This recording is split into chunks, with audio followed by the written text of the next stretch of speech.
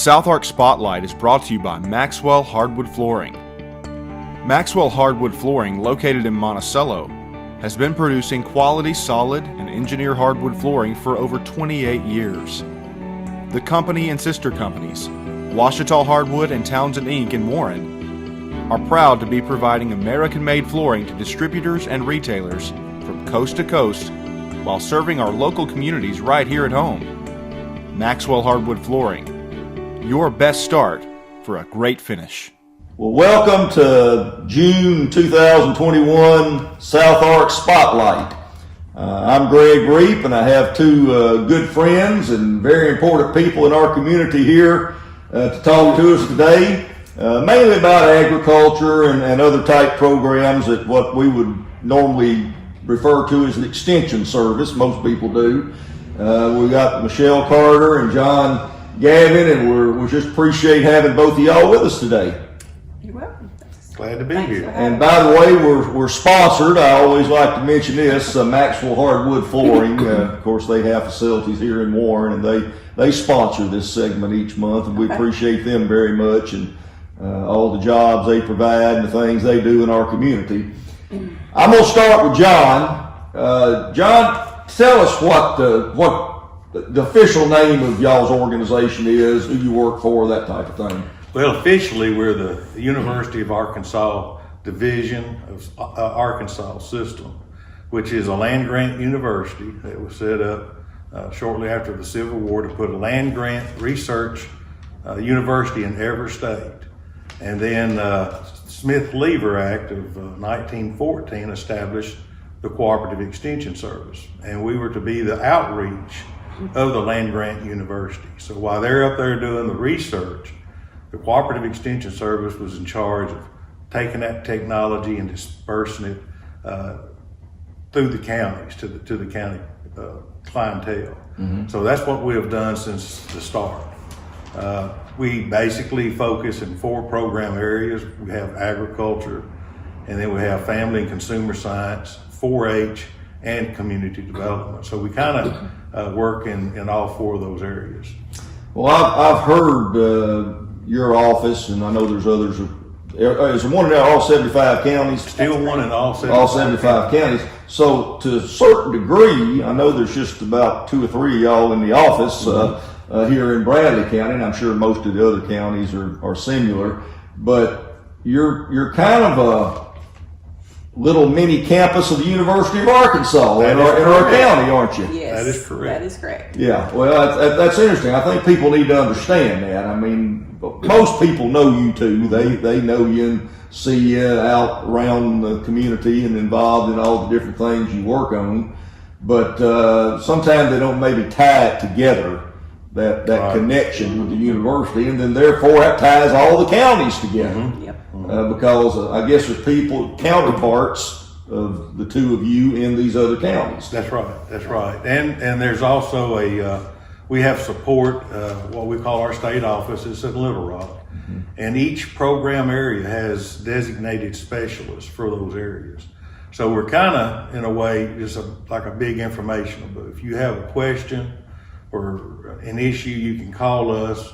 If we don't know immediately, then we have non-biased specialists that will back us up or give us the information that the clientele's requested. So there's several layers of information. Most of our specialists are PhDs, also affiliated with the University of Arkansas, to help us serve the clienteles of each county. Now, are you primarily state funded? We are. The majority of it state. It was unique in first, where it was going to be a 3-way partnership between the federal government, the state government, and the county government. And over the years, it seemed like the state has picked up the majority of the funding. Federal funding had been, levelized or stagnated. They didn't cut, but they just hadn't added a lot. Right. And the state has stepped up and have kept us going. Of course, the county does a wonderful job. They provide us our facility, our building, and utilities, and telephones, and internet. So it's still a 3-way partnership that we really appreciate. Everybody buying in and supporting us. Well, I know it's important to this county for sure, and I know a lot of others. What's your official title, John? My official title is a Cooperative Extension Service Agent, Staff Chair. Okay. So I'm basically the guy that sweeps the floor out every day. But my main responsibility will be agriculture and community development. Michelle, what's your official title? Cooperative Extension Agent, or Cooperative Extension Agent for Family and Consumer Sciences, and then 25% of my job is 4-H. Okay. 25% of his job That's is right. 4-H as So well. you- We partner, yes, in the 4-H program.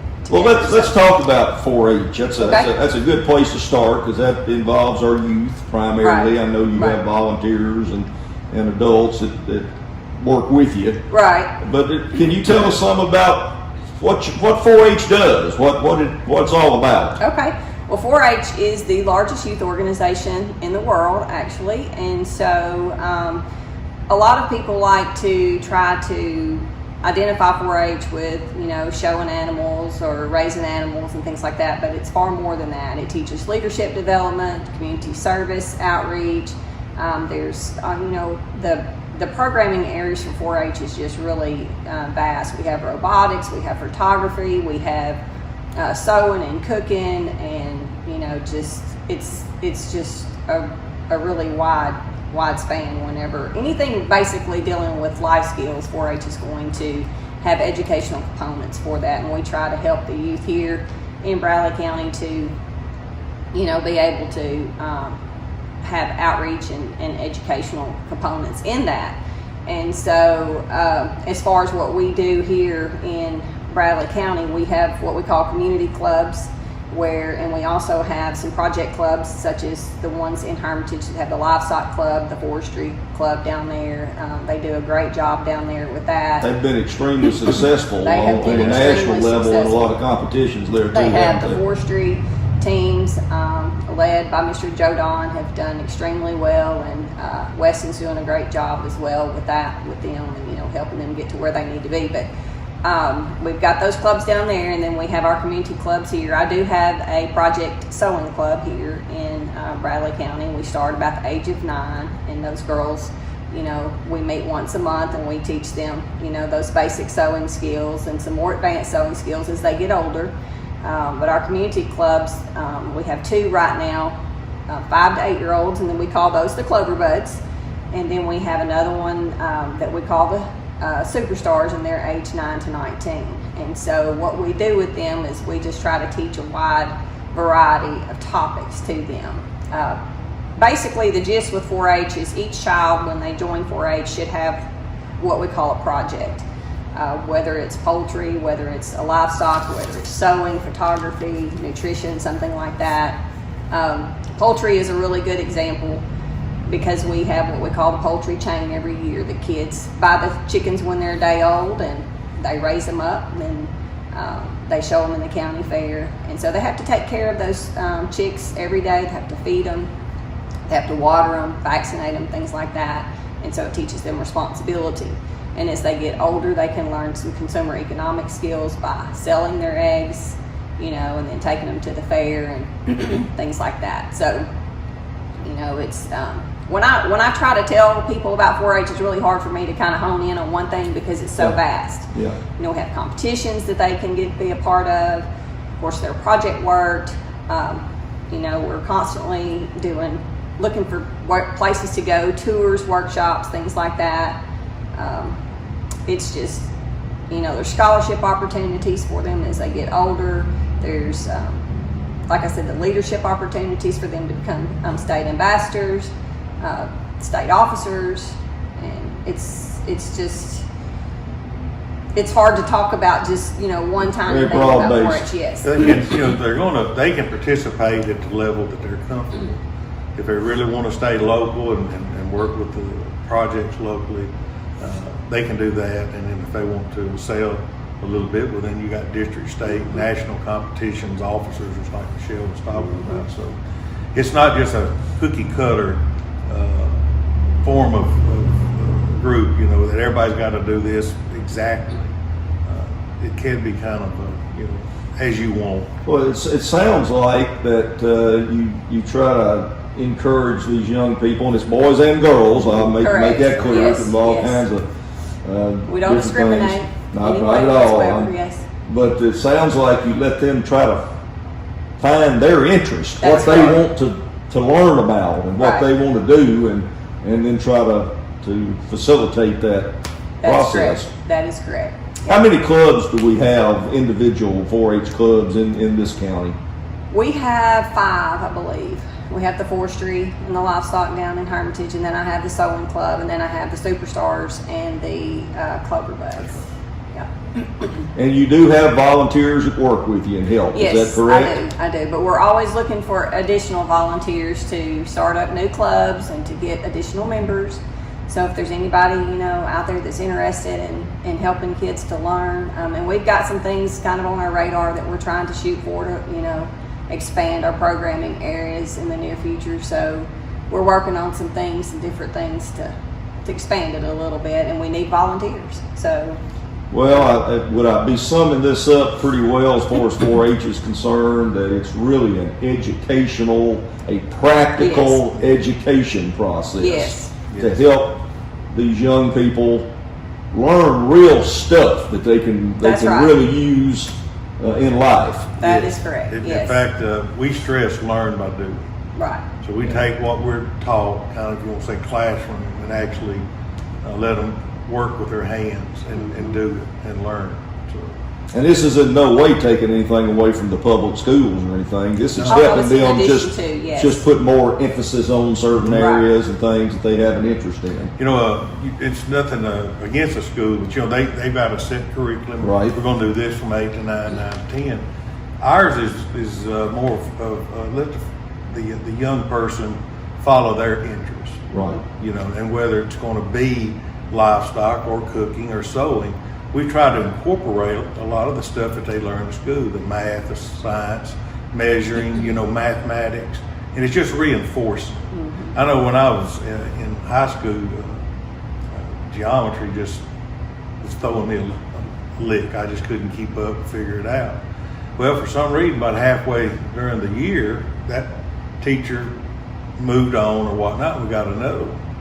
And when he came in, he had a different attitude. He was using geometry, and then he would say, well, this is going to be like a pitch on a house, the roof of a house. This is a silo you're storing corn in, so we need to know the area inside it. We know how many pounds a bushel of corn, so we can estimate the holding capacity. And when you put it in a useful context, it makes it interesting. Otherwise, it's just a bunch of A, B, C's and pluses and minuses, and it's just kind of theoretical. But when you can really put it into day-to-day use, it seems like everything clicks better. Yeah. And that's what we try to do. We go, I guess, from the teaching part to the doing part, and hopefully it'll click with them. Mm-hmm. Michelle, what kind of other programs do you spend time working on? Well, I do nutritional education throughout the community. I work with New Beginnings and the Senior Center. Of course, that was all pre-COVID, and I'm trying to slowly work Right. myself back in there. Now, And let's zero in on that a minute. Okay. Hopefully most everybody knows New Beginnings is the treatment facility Correct. over here on York Street, I guess Right. is where they're located. You go over there and teach classes in effect, is that Yes, correct? yes. What kind of things do you teach the people that are in that facility? Well, I was pre-COVID. I was going twice a month. Once I was going to do nutritional lessons for them, and then the second Teach them time, how to eat healthy. Right, Is that yep. is that what we're talking Right. about? Yes, we talked about fiber. We talked about the different nutrients in fruits and vegetables, and the different types of fats, and what's good, what's bad. Just an overall good, healthy eating plan to kind of get them, in that mindset of eating healthy when they get out of the facility. Right. And then the second time that I went, I was teaching something either on marriage, parenting, family life, stress management, in that realm. That's one of our programming areas is the marriage, parenting, and family life. And so I was able to teach 2 different concepts. So you're trying to help, anybody, but particularly in that case of the people over there, Yes. how to deal with a lot of the day-to-day issues of life. That's correct. That's correct. Yeah. Yep. And in high school, most high schools still have family and consumer sciences. It is kind of, slowly, some schools are doing away with that program. But if they didn't take family and consumer sciences or home economics, when I was growing up, they may or may not have been taught those things at home. So I try to be really, real with them and try to help them, like you said, with everyday decisions that they have to make, or and specifically nutrition is a really big thing for them. Do you work with them on like how to keep up with their finances and how things of that nature? I have not started that program with them. That is, an option that I could look into. Now I know you've been involved with the school system, and right. What do we call that program? Get Real, Here's the Deal. Yeah, right. You've graciously invited me a few times to come in and participate in that with a lot of other people in the community. Talk about that, because I think that's a fascinating program. A lot of people from all walks of life, I'm not picking on any particular group, don't always really know how to handle their money. Right. And that creates a lot of problems. Yes, it does. And yes, so would you talk about that? Sure. I think that's a great program, and I've enjoyed just being there myself. Right. Well, Get Real, Here's the Deal is a youth financial education program that we've developed at the Cooperative Extension Service. And basically, the students go through about a week's worth of lessons with their home economics teacher or their business teacher, whoever teaches that subject matter at the schools. And they teach them the basic check writing skills and how to keep up with the budget. And so those students are given a family scenario. They have a job, and then they have a family. They could be single, they could be married with 4 children, or divorced with 4 children. And some of them are, divorced with 4 children and still having to pay child support. It's just, wide variety of different family You give them scenarios. a set of circumstances that they're in, right? Well, basically, they kind of pick from a pile, is the way most teachers do it. And some of the students may have a family of 4 and be a waitress, and so it's really hard.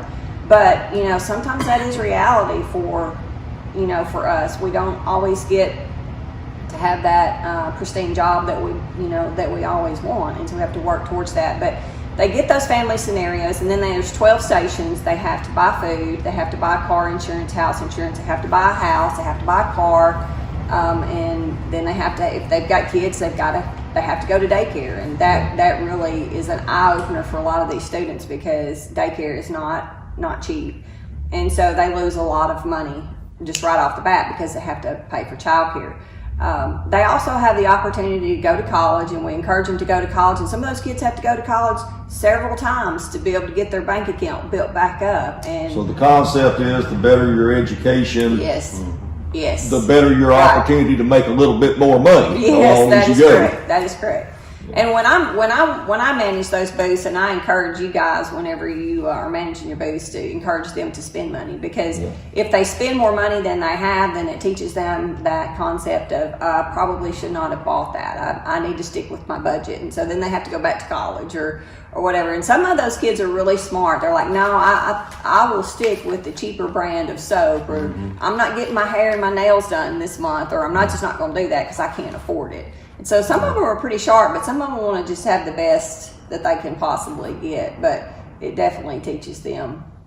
Well, it's always been a fascinating program. Right. I don't want to belabor the point, but I think it's one of the really good things that y'all do, and because it makes these kids and adults too that are watching pay attention. That like somebody told me one time, they thought as long as they had checks in their billfold or their purse, they had money. And of course, it don't quite work like that. And this day and time, with the credit cards and debit cards and all those kind of things, you can, I think my father told me one time, son, you can spend more money than you got, no matter how much money you got. That's right. So, you got to learn that. That's right. And understand how to deal with it. Well, that's an interesting program. I'm going to flip back to John a minute. When any kind of subject comes up in this county about agriculture, and I'm talking about cattle raising and any kind of farming, and certainly the tomatoes, and we're about to get in the middle of all that, John Gavin's name usually comes up first. And when we start looking for a program for a civic club, it's tomato season. Let's get John in and find out what's going on.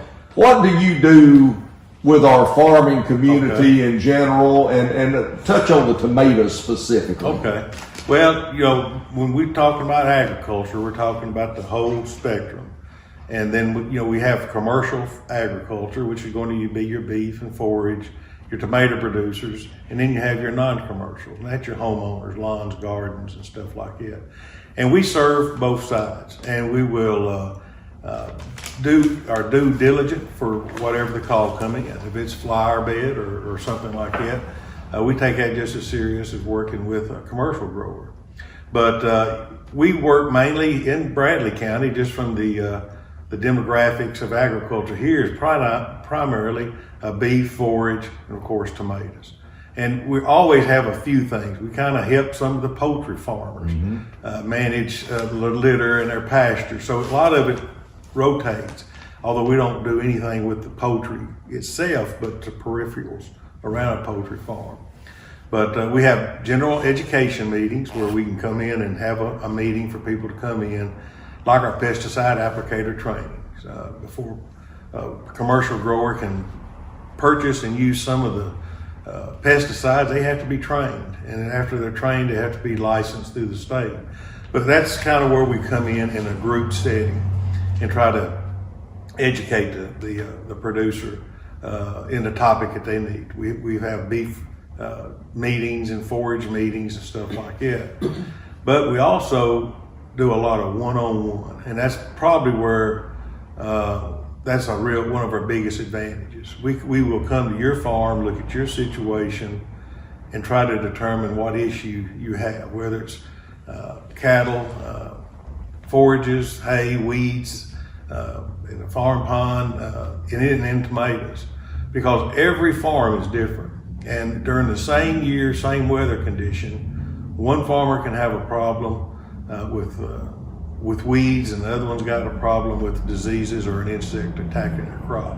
And that doesn't matter which crop it is. We've got insects that cause problems in forages. And you go, oh, they can't eat a whole pasture of grass. Well, they can. When arbing worms hit, they can come in and march across the field. And of course, you lose grazing and of course, hay that they're trying to put up. Tomatoes is a little bit more specific. It is a very high value crop per acre, and when we talk about value, we hope it's a high income, but the inputs are extremely expensive. When you look at the hours of labor, the inputs for fertilizer, pesticides, stuff like that. So that's kind of a different type, immediate type, because if something happens in pastures, you may have a week or so to straighten it out.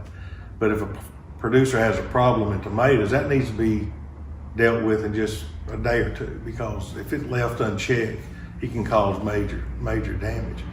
We in Bradley County, we have about 400 acres of tomatoes, and then there's also a nice growing industry under that of other vegetables, squash, watermelons, cucumbers. And John, that's expanded a good bit over the last number of years. That's right. Where that has grown in acres, where tomatoes have kind of stayed to still, maybe decreased a little bit. You take 10, 15 years ago, most of the tomato producers had tomatoes, and they sold to a producer or a broker, at wholesale prices, and that's the way they did it.